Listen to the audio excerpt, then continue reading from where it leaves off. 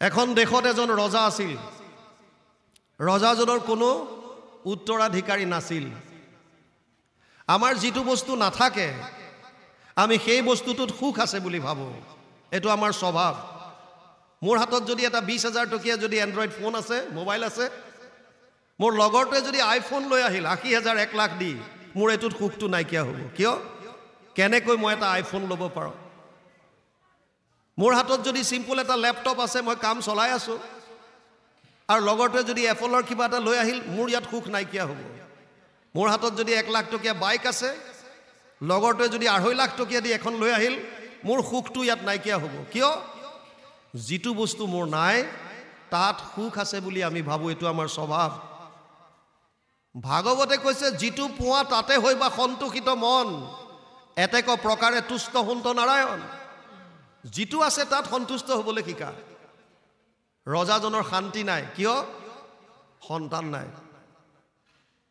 সন্তান হলে মানুহ সুখী হ'ব নেকি উগ্ৰসেনৰো সন্তান আছিল কংস উগ্ৰসেনে তো শান্তি পোৱা নাছিল বৰঞ্চ কাৰাগাৰত ভৰাহে থৈছিল অংগৰ পুত্ৰ আছিল বেনৰ পৰা অংগই কোনো সুখ পোৱা নাছিল অথচ তেওঁ যত যিমান পাই সবকে অত্যাচাৰ কৰিছিল যাৰ ফলত অংগই ঘৰ এৰি যাবলৈ বাধ্য হৈছিল আত্মদেৱ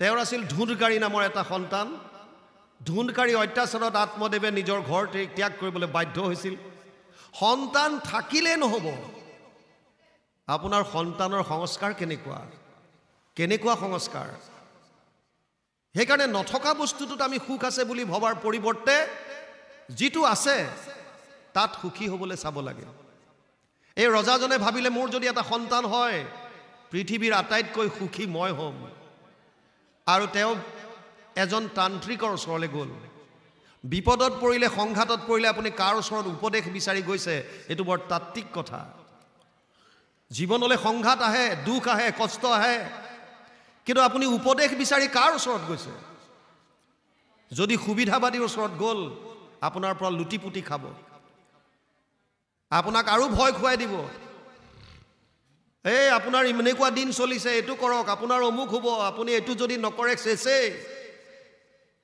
ভয় খুৱাই দিব যদি তাৰ পৰিৱৰ্তে সন্তজনৰ ওচৰত যায় মহন্তজনৰ ওচৰত যায় ভকতৰ ওচৰত যদি যায় আপোনাক শাস্ত্ৰসন্মত উপদেশ দিব এইজন তান্ত্ৰিকৰ ওচৰত গ'ল আৰু সুধিলে মই এটা সন্তান পাব বিচাৰিছো কিবা উপায় আছে নে তান্ত্ৰিকজনে ক'লে যে উপায় এটাই আছে এটা সৰু লৰা বলি দিব লাগিব নৰবলি আচৰিত নহব আপোনালোকে জানে মই এছএছবিত আছিলো এছিষ্টেণ্ট কমাণ্ডেণ্ট হিচাপে ভকতৰ লগত থাকিম বুলিয়ে 2022ত ভলন্টিয়াৰ ৰিটায়াৰমেণ্ট ললো চাকৰি যদিও আছিলে মোৰ 28 লৈকে মই 6 বছৰ চাকৰি এৰি গুচি আহিলো আৰু ভকতৰ মাজত এনেকৈ ঘূৰি ফুৰিছো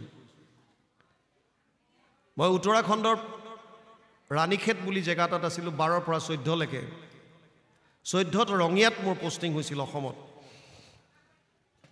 সেই বছৰে ডিসেম্বৰ মাহত ঢেকিয়াজুলিৰ এখন বাগানত নিজৰ খুৰাওকে ভতিজাওকক কিডনেপ কৰি লৈ গৈছিল কালিৰ ওচৰত বলি দিবলৈ পেপাৰে পত্ৰই বহুত সেই সময়ত লিখা পঢ়া চলিছিল আজি 2 বছৰ 1.5 বছৰ আগত কামাখ্যাত দুজনমান পুৰোহিতক এৰেষ্ট কৰাৰ কথা আপোনালোকে পেপাৰে পত্ৰই হয়তো পাইছিল কিয় নৰবলিৰ কেছত তাৰ মানে এতিয়াও মানুহে নৰবলিৰ দৰে নিকৃষ্ট কৰ্ম কৰিবলৈ বাদ দিয়া নাই আন জীৱ-জন্তু বলিটো দিয়ে আছে মানুহ বলি দিবৰ কাৰণে কুণ্ঠাবোধ নকৰে তান্ত্ৰিকজনে ক'লে যে যদি এটা সৰু লৰা বলি দিয়া তেতিয়ালে তুমি এটা সন্তান পাবা ৰজাজন কিছু ধাৰ্মিক আছিল একাৰণে ভাবিলে মই কোন গৰাকী মাতৃৰ কোলাৰ পৰা সন্তানটো কাঢ়ি আনিম মাক গৰাকীয়ে কিমান আঘাত পাব নাই এটো মোৰ দ্বাৰা হ'ব নোৱাৰে তান্ত্ৰিকে ক'লে তেতিয়া হলে আপুনি সন্তানৰ আশা বাদ দিয়ক লোভত পৰিলে আমি পাপ কৰ্ম কৰিবলৈ কুণ্ঠাবোধ নকৰো ত্ৰিবিধম নৰকস্যদম দাৰম নাশনম আত্মন কাম ক্ৰোধ তথা লোভ তস্মাৎ এতত্ৰয়ম তজেত ষষ্ঠাদশ অধ্যায় 21 নম্বৰ শ্লোক গীতা হে অৰ্জুন তিনিখন নৰকৰ দুৱাৰ আছে, কাম, ক্ৰোধ আৰু লোভ। এই তিনিখন দুৱাৰে নৰকলৈ লৈ যায় মানুহক। লোভত পৰি আমি বিভিন্ন পাপ আচৰণ কৰোঁ। ৰজাজনে ক'লে, যিহেতুকে তেওঁৰ লোভত আছে, সন্তান এটা লাগে, কিন্তু ডাইৰেক্টলি কাৰো পৰা জোৰ জবজ সন্তানটো আনিবলৈ মনে কোৱা নাই। সেইকাৰণে তেওঁ এটা উপায় উলিয়ালে। তেওঁ প্ৰজাৰ মাজলৈ লোভটো দি দিলে, যদি কোনোবাই নিজ ইচ্ছামতে কাৰোবাৰ সন্তান এটা যদি বলি কৰি মোৰ ওচৰলৈ দিয়ে, সেইটো পৰিয়ালক মই ইমান ধন টকা পইচা দিম, 14 পুৰুষ হ'লে আৰামত খাব পাৰিব। সেইখন ৰাজ্যত এটা ভিখাৰী পৰিয়াল আছিল। মাক বাপেক আৰু 9টা সন্তান, 9টা ল'ৰা, ভিক্ষা খুজি খায়। মাক বাপেকে 9টা ল'ৰাক বহুৱাই লৈ ক'লে, বোপায়ো, এটা সুবৰ্ণ সুযোগ এটা আহিছে। যদি তহঁতৰ মাজৰ কোনোবা এটা বলি হৈ যাওঁ, তেতিয়াহ'লে আমি বাকী থকা কেইটাই 10টা প্ৰাণীয়ে আনন্দত দিন পাৰ কৰাব পাৰিম। কিন্তু ঘটনা হ'ল, এতিয়া যাব কোন বলি হৈ? আটাইকেইটাকে বহুৱাই ল'লে। ডাঙৰ ল'ৰাটোক ক'লে, তই অলপ বুজা পৰা হৈছ, তয়ে যা। সি ক'লে যে মই কিয় যাম? জন্ম তহঁতে দিছ যেতিয়া, নিজৰ ভৰিত থিয় দিয়ালৈকে লালন পালন কৰাৰ দায়িত্ব তহঁতৰ, গতিকে মই বলি নাযাওঁ। এটা এটাকে সুধি আহিলে, চবেই মানা কৰিলে। একেবাৰে সৰু ল'ৰাটোৰ বয়স কেৱল মাত্ৰ 7 বছৰ, কিন্তু তাৰ অকণমান বুদ্ধি হোৱাৰ পৰা বুলি সৰু এপাহ সি য'ত ভকতৰ সংগ হয়, য'ত 2-3জন ভকত গোট খায়, সি গামোচাখনকে পোন মাৰি লৈ চুৰিয়াৰ নিচিনাকে পিন্ধি টুকটুককে দৌৰ মাৰে, ভকতৰ ওচৰত থাকে। এই পাতখন আনি দিয়া, কঠখন আনি দিয়া, পানী আনি দিয়া, কিবা সৰু সুৰা কামবিলাক কৰি থাকে। আৰু ভকতে কি আলোচনা কৰিছে ই একান্ত মনে শুনে। ভকতে সদায় ভাগৱতৰ কথাই পাতে। মাক বাপেকে সুবিধা ল'লে আৰু তাক ক'লে যে, বোপায়ো, তইতো ভাগৱতৰ কথা শুনিছ? বোলে শুনিছোঁ। দধীচি মুনিৰ কথা শুনিছ নে নাই? ল'ৰাটোৱে কৈছে শুনিছোঁ। তই তেতিয়াহ'লে জানই, দধীচি মুনি যি দেৱতাসকলক বৃত্তাসুৰৰ পৰা ৰক্ষা কৰিবৰ কাৰণে নিজৰ শৰীৰ ত্যাগ কৰিছিল, আৰু দধীচি মুনিৰ অস্থিৰ দ্বাৰা ভগৱান বিষ্ণুৱে তেজ দি এপাত অস্ত্ৰ নিৰ্মাণ কৰি দিছিল, যাক ইন্দ্ৰৰ বজ্ৰ বুলি কোৱা হয়। ইন্দ্ৰৰ হাতত থকা বজ্ৰপাত দধীচি মুনিৰ অস্থিৰ দ্বাৰা নিৰ্মিত। মাক বাপেকে কৈছে, বোপায়ো, দধীচি মুনিয়ে স্বৰ্গৰ দেৱতাসকলক ৰক্ষা কৰিবৰ কাৰণে নিজৰ শৰীৰ ত্যাগ কৰিছিল, আৰু যদি তই আজি তোৰ পৰিয়ালটো ৰক্ষা কৰিবৰ কাৰণে তোৰ যদি শৰীৰ ত্যাগ কৰ, তেতিয়াহ'লে আমি আটাইকেইটা আনন্দত থাকিব পাৰিম। কণমানিটোৱে কৈছে, মা দেউতা, মোৰ যোৱাত আপত্তি নাই, কিন্তু এটা চৰ্ত আছে। কি চৰ্ত? তোমালোক দুইটাই মোক আদেশ কৰা। আদেশ? কিয়? পিতৃ আজ্ঞা পালন কৰি ৰামচন্দ্ৰই 14 বছৰ বনবাস খাটিব গৈছিল। পৰশুৰামে পিতৃ আজ্ঞা পালন কৰি মাতৃ ৰেণুকাৰ ডিঙি কাটি দিছিল। মাক বাপেকৰ আজ্ঞা মই শিৰোধাৰ্য কৰি মই যাম, আজ্ঞা দিয়া। মাক বাপেকে তত্ত্বটো বুজি নাপাই ক'লে, তোক আমি আদেশ দিছোঁ, তই বলি হৈ যা। তাৰ মনত বিৰাট আঘাত লাগিছে। হ'লেও সি কৈছে, তেতিয়াহ'লে খবৰ দিয়া ৰজা ঘৰত। ৰজাৰ ঘৰত খবৰ দিলে, পিছদিনা সৈন্য আহি গ'ল। কণমানি ল'ৰাটোক যেতিয়া লৈ গৈছে, সি হুক হুকাই কান্দিছে। অকণমানি ল'ৰা, গাঁৱৰ মানুহ গোটেই জুম বান্ধিলে চাবলৈ। সি প্ৰত্যেকৰ মুখলৈ চাইছে, চকুলৈ চাইছে, কিজানি কোনোবাই কয় নেকি, এই বোপাইটোক নিব নালাগে, তহঁত গাঁৱত আছ যেতিয়া আমি তহঁতক দিম খোৱা বোৱাৰ বস্তু, আমি গাঁও পাতি থাকোঁ কিয়? এঘৰৰ বিপদত যদি 10 ঘৰে যদি সহায় নকৰোঁ, গাঁও পাতি থকাৰ লাভ কি? কিন্তু কোনেও নামাতিলে। ল'ৰাটোক লৈ গ'ল, মহাৰাজৰ ওচৰত থিয় কৰালে। বিৰাট ধুনীয়া ল'ৰাটো। মহাৰাজৰ দেখি কিবা কিবি লাগিছে, হ'লেও তান্ত্ৰিকক খবৰ দিছে, লোভ। তান্ত্ৰিক আহি গ'ল লগত এজন কাটোৱাল লৈ। কাটোৱালজনে প্ৰকাণ্ড এখন তৰোৱাল লগত লৈ আহিছে, আৰু এখন নদীৰ পাৰলৈ লৈ যোৱা হ'ল। ল'ৰাটোক মাহ হালধিৰে নোৱাই ধুৱাই মালা আধাৰি পিন্ধাই দিলে, বলি সজাই দিলে। এটা ডাঙৰ মূৰ্তি সাজি সন্মুখত বলিশাল। তান্ত্ৰিকজনে মন্ত্ৰ উচ্চাৰণ কৰিলে। কাটোৱালজনে প্ৰকাণ্ড তৰোৱাল এখন লৈ কাটিবৰ কাৰণে উদ্যত হ'ল। ৰজাৰ হৃদয় কঁপি উঠিছে। ৰজাই ক'লে, অকণমান ৰ'বা। ল'ৰাটোক ক'লে, বোপায়ো, তোৰ যদি অন্তিম ইচ্ছা কিবা আছে ক। ল'ৰাটোৱে ক'লে, মহাৰাজ, আপুনি মোক অন্তিম ইচ্ছাৰ কথা সুধিছে? মোৰ বয়স কেৱল 7 বছৰ, গোটেই জীৱনটো মোৰ সন্মুখত, আৰু আপুনি মোক অন্তিম ইচ্ছাৰ কথা সুধিছে? মোৰ অন্তিম ইচ্ছা জানি আপুনি কি কৰিব? আপোনাক লাগে উত্তৰাধিকাৰ আৰু মোৰ মা দেউতাক লাগে ধন। গতিকে মোৰ ইচ্ছা জানি আপুনি কি কৰিব? কাটিবলৈ আদেশ কৰক। মহাৰাজে ক'লে, নহয় অ' বোপাই, তোৰ যদি সৰু সুৰা কিবা কামনা আছে ক, কিবা খাবলৈ মন গ'ল, কিবা তেনেকুৱা। বোলে অকণমান ঈশ্বৰ আৰাধনা কৰিব বিচাৰিছোঁ। কৰ বোপাই কৰ। ই পটাপট বালিতে 4টা ঘৰ বনালে, বালি ঘৰ। আগৰ জ্যেষ্ঠসকলে জানিব, যিসকলে নদীত গা ধুবলৈ যোৱাৰ নিয়ম আছিল। নদীত গা ধুবলৈ যাওঁতে নদীৰ পাৰত আগতে বালি ঘৰ কিছুমান বনাই, এফালে দুৱাৰ ৰাখে। বালি ঘৰ 4টা বনালে। প্ৰথমটো ঘৰৰ ওচৰত গৈ সেৱা কৰিব বিচাৰিছে, কিবা গাব বিচাৰিছে প্ৰাৰ্থনা, কিন্তু পৰা নাই। হুক হুকাই কান্দিছে আৰু কান্দি কান্দি ঘৰটো ভাঙি পেলালে। দ্বিতীয়টো ঘৰৰ ওচৰত গৈছে, তাতো সি কিবা গাব বিচাৰিছে, কিন্তু পৰা নাই, ভাঙিলে। তৃতীয়টো ভাঙিলে। চতুৰ্থটো বালি ঘৰৰ ওচৰত যেতিয়া গৈছে, ই যেতিয়া সেৱা কৰিছে, তাৰ মুখলৈ কিবা এটা ৰূপান্তৰ ঘটিছে, মুখলৈ কিবা এটা হাঁহিৰ জিলিঙনি আহিছে।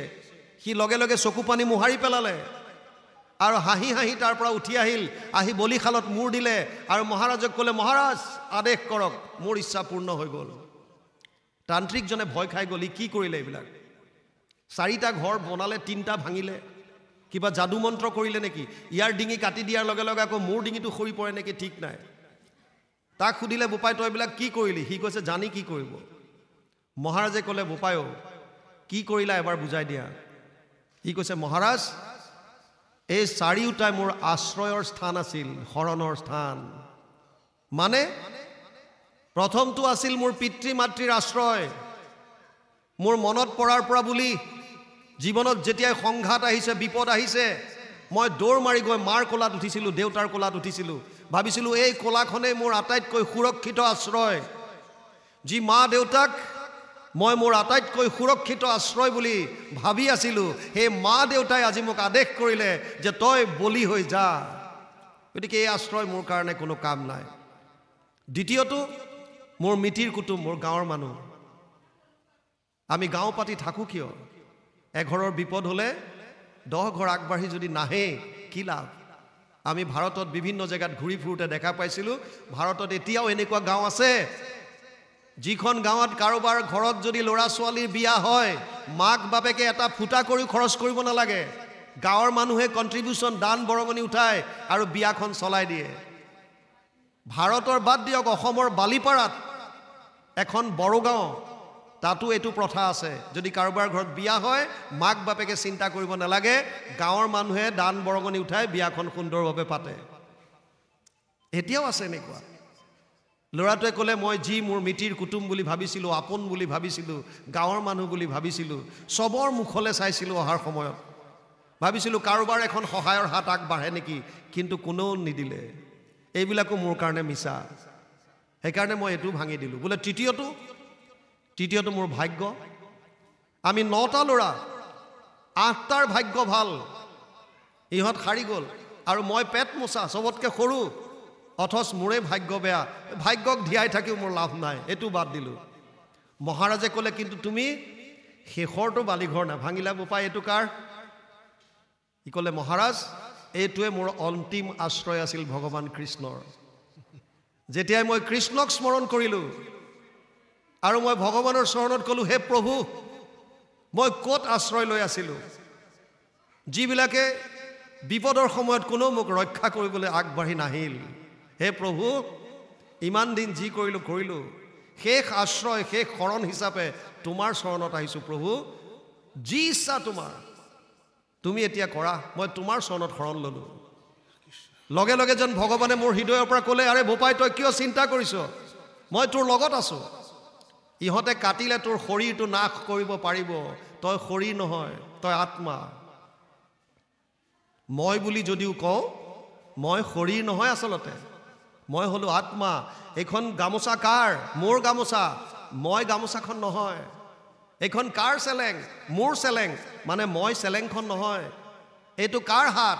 মোৰ হাত, তাৰমানে মই হাতটো নহয়। এইটো কাৰ শৰীৰ? মোৰ শৰীৰ, তাৰমানে মই শৰীৰটো নহয়। মোৰ বস্তুবিলাক মই কেতিয়াও হ'ব নোৱাৰোঁ। ভগৱান কৃষ্ণই যেন মোক ক'লে, তই আত্মা, শৰীৰটো নাশ হ'ব। শৰীৰৰ 3টা অৱস্থা, বিষ্ঠা পলু চাই যদি পেলাই দিয়ে চৰাই চিৰিকটি জীৱ জন্তুৱে খাই বিষ্ঠা কৰি উলিয়াই দিব, যদি পুতি থয় পলু হ'ব, আৰু যদি জ্বলাই দিয়ে ছাই হ'ব। শৰীৰটো বিনাশী, কিন্তু তই শৰীৰ নহয়, তই হৈছ আত্মা। আত্মাক অস্ত্ৰ শস্ত্ৰই কাটিব নোৱাৰে, তই ভয় নকৰিবি। নৈনম চিন্তন্তি শস্ত্ৰাণি নৈনম দহতি পাৱক না চৈনম ক্লেদয়ম তপনা শোষয়তি মাৰুত অচেদ্যোয়ম অদাহ্যোয়ম অক্লেদ্য অসুচ্য এবচ নিত্য সৰ্বগত স্থানুৰ অচলো অয়ম সনাতন।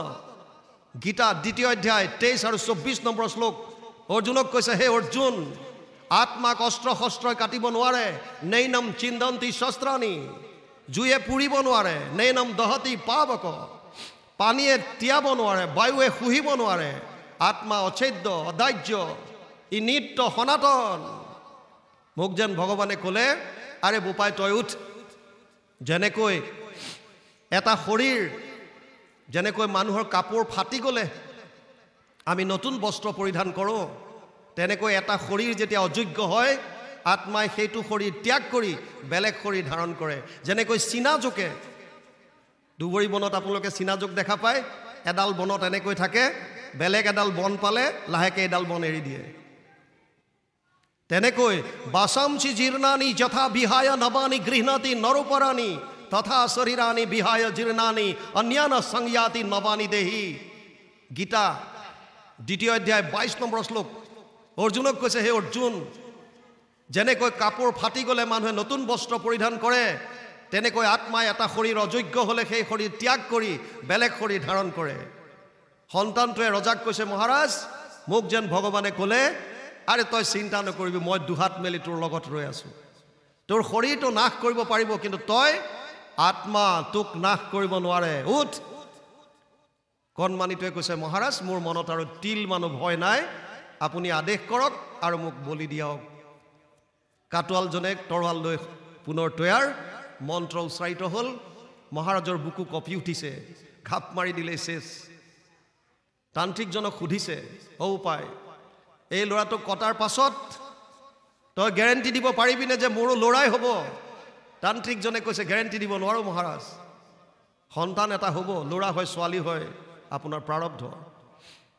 তই গেৰেণ্টি দিব পাৰিবিনে এই সন্তানটো বলি দিয়াৰ পাছত মোৰ যিটো সন্তান হ'ব, ই এনেকুৱা সংস্কাৰী, 7 বছৰ বয়সত পিতৃ মাতৃৰ আজ্ঞা পালন কৰিবৰ কাৰণে নিজ শৰীৰ দান দিবলৈ কুণ্ঠাবোধ কৰা নাই? তান্ত্ৰিকে ক'লে, মই গেৰেণ্টি দিব নোৱাৰোঁ। তই গেৰেণ্টি দিব পাৰিবিনে মোৰ ইয়াক বলি দিয়াৰ পাছত মোৰ যিটো সন্তান হ'ব, সেই সন্তানৰ কৃষ্ণৰ প্ৰতি এনেকুৱা আস্থা, এনেকুৱা দৃঢ় বিশ্বাস যে কৃষ্ণত শৰণ লৈ হাঁহি হাঁহি সি নিজৰ প্ৰাণ দিবৰ কাৰণে আগবাঢ়ি আহিছে? তই গেৰেণ্টি দিব পাৰিবি? তান্ত্ৰিকজনে ক'লে, গেৰেণ্টি দিব নোৱাৰোঁ। মহাৰাজে ক'লে, তেতিয়াহ'লে তোৰ তাম ঝামবিলাক বন্ধ কৰ। তান্ত্ৰিকে ক'লে, মহাৰাজ, তেতিয়াহ'লে আপুনি আপোনাৰ আশা ত্যাগ কৰক, আপোনাৰ সন্তান হোৱাৰ কোনো আশা নাই। ল'ৰাটোক বলি দিলেহে আপুনি সন্তান পাব, আৰু নহ'লে আপুনি আপোনাৰ সন্তানৰ আশা বাদ দিয়ক। মহাৰাজে ক'লে যে মই সন্তানৰ আশা বাদ দিলোঁ, কিন্তু যিহেতু এই সন্তানটোক মাক বাপেকে ত্যাগ কৰিলে, আৰু ইয়াৰ বিনিময়ত মই মাক বাপেকক যত যিমান ধন টকা পইচা দিবলগীয়া আছে ইতিমধ্যে মই দিলোঁ, সেইকাৰণে মোক আৰু বেলেগ সন্তান নালাগে। মই এই সন্তানটোকে মোৰ সন্তান হিচাপে মই গ্ৰহণ কৰিলোঁ।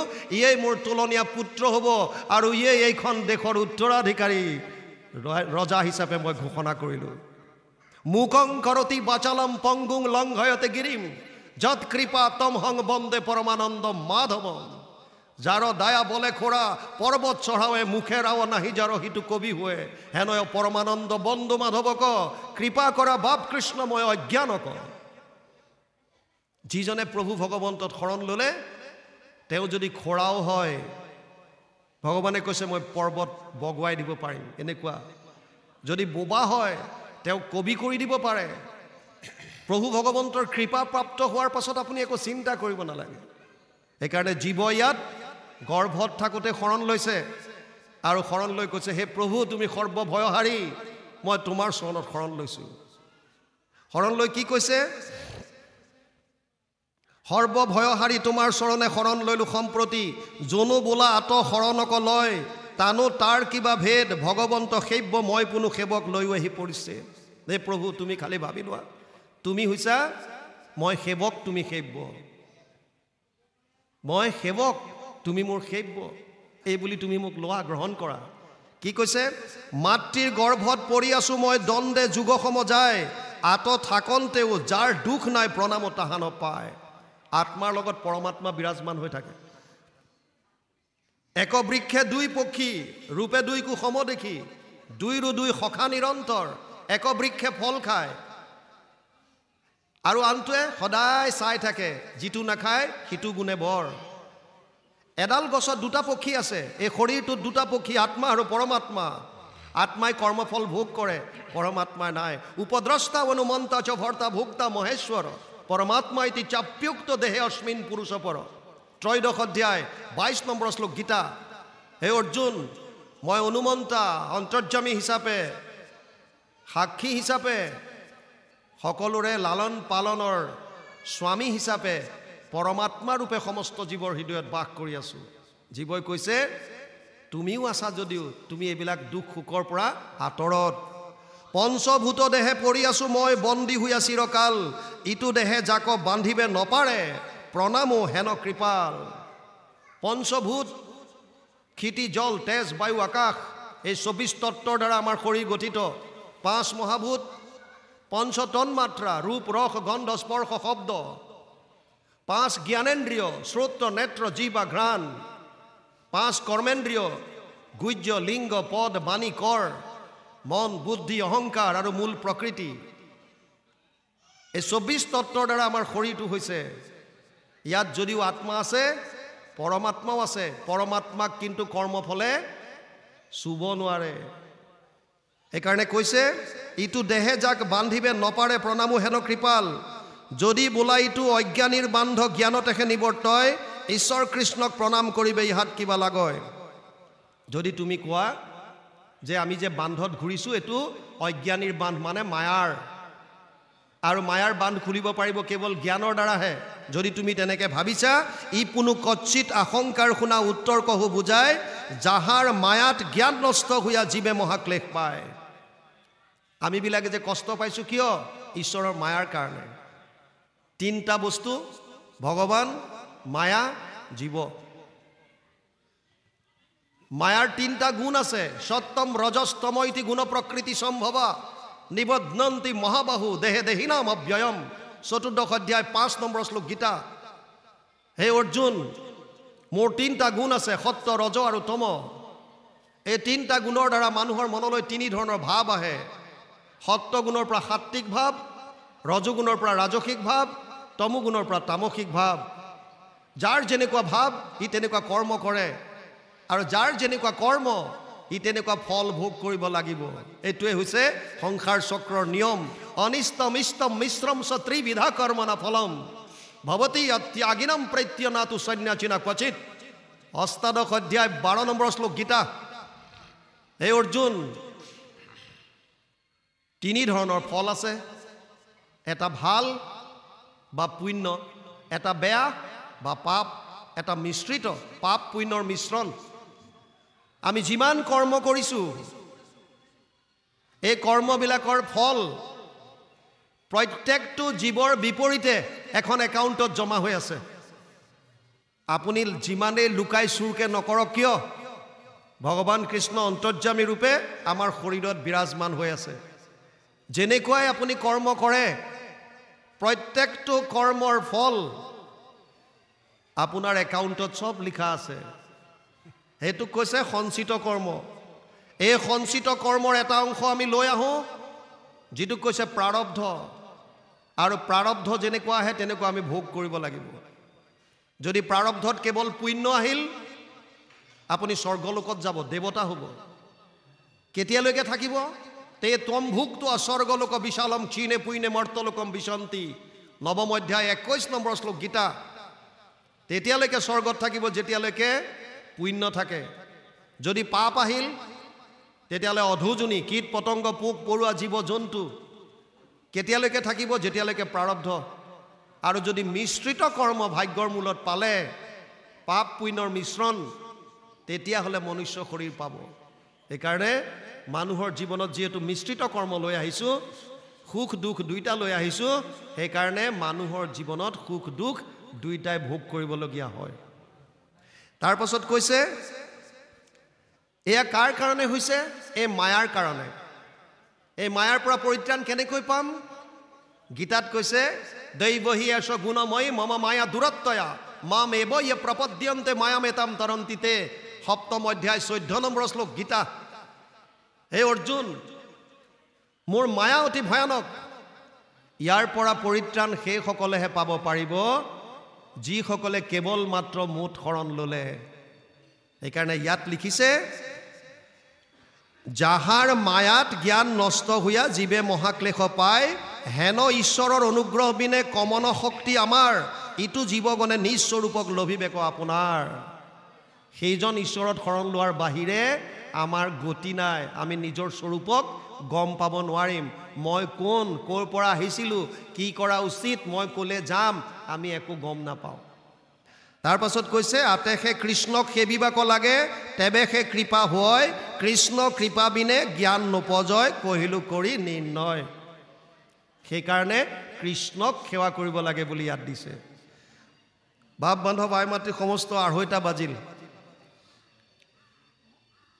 কেইটালৈকে আপোনালোকৰ অনুষ্ঠান হ'ব? নে পাঠ চলি থাকিব নেকি ৰাতিলৈকে নে কি?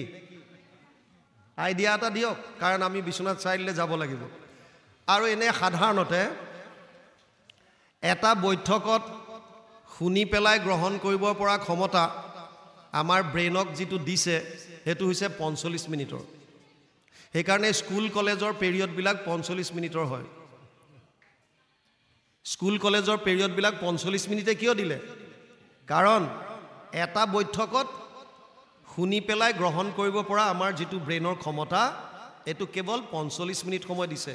কিন্তু ঈশ্বৰৰ কথাৰ ক্ষেত্ৰত অকণমান বেলেগ। শুকদেৱে 7 দিন 7 ৰাতি কৈ আছিল, আৰু পৰীক্ষিতে 7 দিন 7 ৰাতি শ্ৰৱণ কৰিছিল জলপান গ্ৰহণ নকৰাকে। বৰ্তমান সেই শুকদেৱো নাই, সেই পৰীক্ষিতো নাই।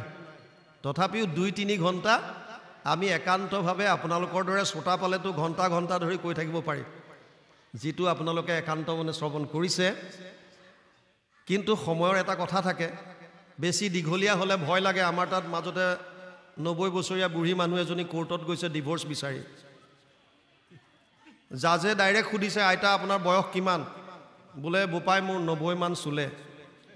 বোলে 90 বছৰ বয়সত আপোনাক ডিভোৰ্চ লাগে, বিবাহ বিচ্ছেদ? মানুহজন ক'ত? কৈছে মানুহজন আহিছে, এনেকৈ দেখুৱাই দিছে কোৰ্টৰ আন এটা ছাইডত। চকী এখনত লাখুটি লৈ বুঢ়া এজন বহি আছে, হাতটো কঁপি আছে, নাৰ্ভৰ প্ৰব্লেম। জাজে সুধিছে, দেউতা আপোনাৰ বয়স কিমান হ'ল? বোলে বোপাই 95 মান হ'ল। কৈছে 95 বছৰত আপুনি ডিভোৰ্চ বিচাৰি আহিছে? কৈছে ধেত মোক নালাগে, হে মৰতি সুত কি লাগে? জাজে কৈছে অ' আইতা, আপোনাৰ মানুহটোকচোন ডিভোৰ্চ নালাগে। বোলে তেওঁক কিয় লাগিব? তেওঁৰ কি কষ্টটো আছে? দুখ কষ্ট মইহে পাইছোঁ। বোলে বাপৰে, এনেকুৱা কি কষ্ট পাইছে আপুনি? কৈছে মানুহটোৱে মোক যিমান গালি খপনি পাৰে মই চব শুনো। অঁ, এইটোত আপুনি ডিভোৰ্চ নাপায়। গিৰিয়েকে গালি পাৰিছে, ঘৈণীয়েকে শুনিলে।